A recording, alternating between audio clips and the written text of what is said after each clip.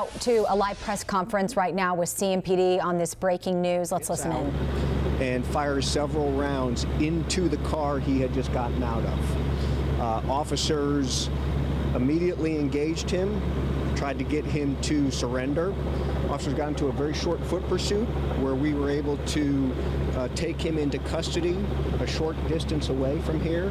He's currently being interviewed at our Central Division team office, where we will see what sort of additional charges will come from that. Obviously, this is a very active, vigorous investigation that's going on right now.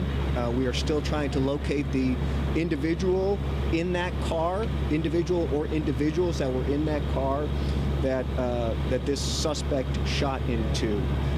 We have looked at the hospital as well as different areas. We're still trying to find him right now. But want to assure all of our viewers, all of your viewers, that this was a isolated incident between at this point, two known people, and that Center City is a very safe place to be, particularly throughout the entire time, but particularly during the lunch hours. So at this time, I will take any questions that y'all might have.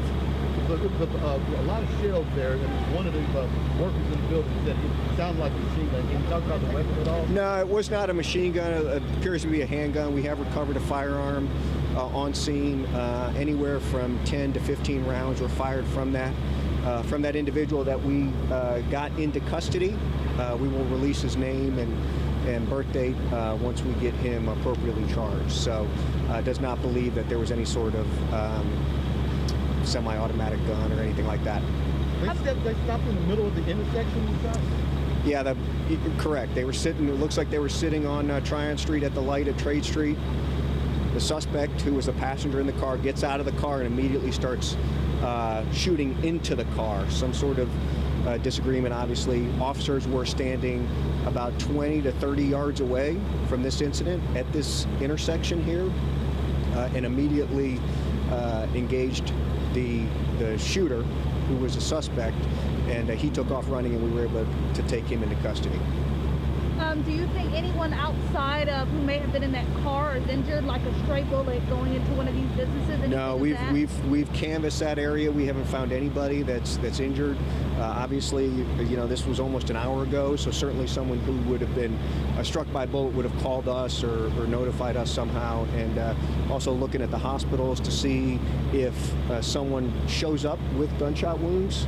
We do believe that the car is a black, four-door Toyota Camry type car, so anybody with the information that knows about a car that either has a lot of bullet holes inside of it or that might know what happened out here, to please call 911. All right, guys, we'll get the captain back.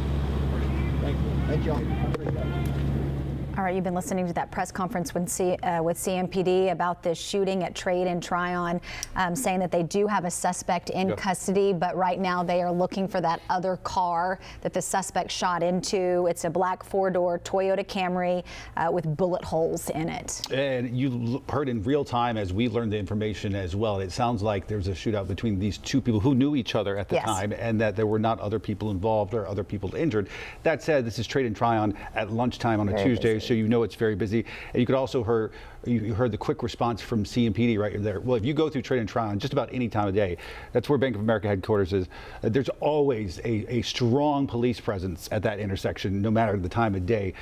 So that probably helped police in their response time in a situation like this. And getting that suspect. So of course we'll continue to follow this breaking news throughout the day and have much more for you coming up in our 4 o'clock.